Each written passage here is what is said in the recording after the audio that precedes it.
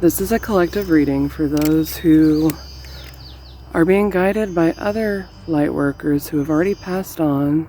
I'm at the cemetery. It's kind of my nice recharge place, and a lot of you need a little recharging and a really good message or a confirmation message of some kind. I haven't even really read into the cards yet, but I did lay them out because I can only shuffle cards so well with one hand.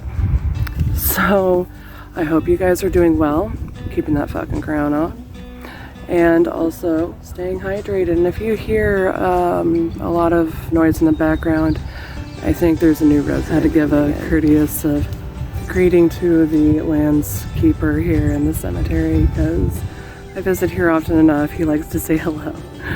So definitely grateful for him and all his hard work too.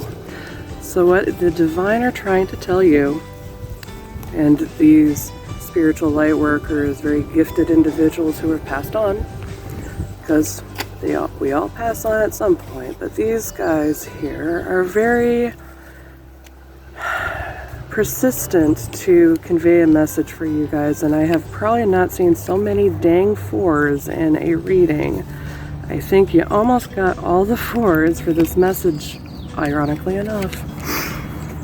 To start off, Three of Chalice. So for me, this deck, I don't even know the title, guys, so if you have this deck and could you help me out? Like, I love collecting, you know, wayward tarot decks or antique ones that don't have a home, and I like to just like see where they want to go, but this deck always wants to hang out with me. So it was a beautiful gift from a friend, and thank you, Sheila. It's definitely one of my faves. So this is saying, with crow or raven, you are very connected to animals. You hear and listen carefully to the tones of animals' calls or how they communicate. You still do that even as an adult. With Four of Pentacles, you have been guarded and protected heavily through these ancestors who are also light workers, healers, and that they do not mess around when it comes to you. Because though others have tried to, so to speak, take your harvest away or block you from your natural divine blessings and gifts, they don't work by them. And they say, no, this one is ours. They have work to do. You will not stop them. So that was Four of Pentacles. Then it goes to Four of Wands. I know a lot of you are like, Four of Wands. No. This is saying harmony, home.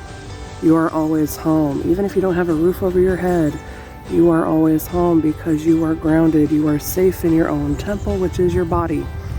And your soul is the conductant of this strange body that we're supposed to figure out what the heck are we supposed to do with this? And that you are soul tribe and calling in soul tribe. In fact, you are so divinely gifted that you are calling in these others and awakening them to acknowledge that they too are part of your soul tribe. Also, what I get from this card, being that it has moose, you do have a calling, you have a powerful voice, and you have a powerful presence. And though you are kind, nurturing like moose are, you do not taunt or toy or poke at moose, because poking and taunting a real moose can be actually bad for your health, to say the least. You are protected, but you do have to call back yourself, your own energy, and that could be even saying your own names. For me, example, it's like, Rachel, come back to me. But be sure you're calling your energy specifically. So even if you say, I call my energy back to me now from every person, place, thing, and dimension to me now, and release what is not mine, and that it is back to its proper place and owner. So I have some heavier cards, and I kind of feel like maybe this reading's a bit of a shock to you because you weren't anticipating somebody to channel passed on healers, but you were waiting almost, like hoping to get clarification. Is this the right path for you?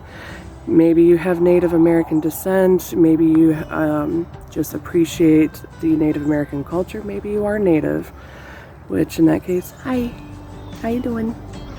I'm part Native too, our whole family is, and it's been my whole life being around beautiful stories and valued lessons behind them.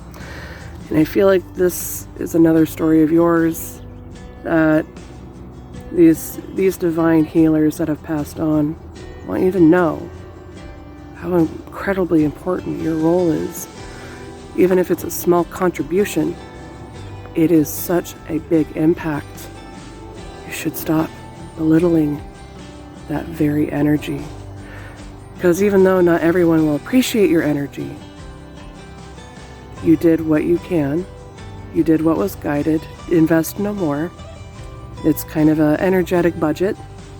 So when someone's not showing appreciation to us and our energy and our efforts, we withdraw and thank you for showing me that I have done enough, and move on to the next project because the work is never done. I have Death in Reverse. What's this one?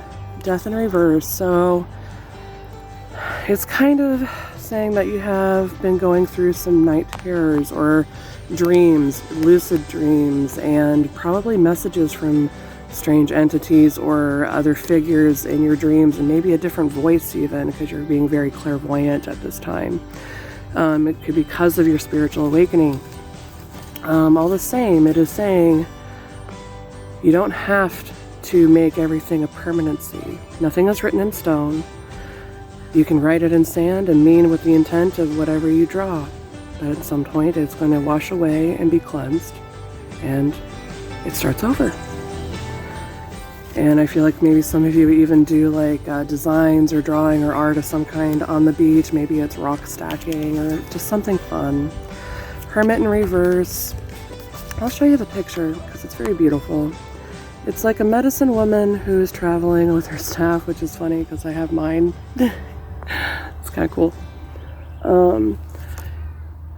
You are a reincarnated wise sage healer who is definitely meant to awaken people, but you first need to start with yourself. You cannot heal others by a half cup because you drain yourself, you bleed yourself out with extending your energy and how much you care with others because you feel like it's your obligation, but it is not your responsibility or your obligation to do so. You need to know when enough is enough. It's kind of like when you do an art piece. You can easily overdo it because you have a concept in your mind that you want it done on paper or you want it done on painting. Don't tangle your mind so much. Release it. You are your own light, your own beacon.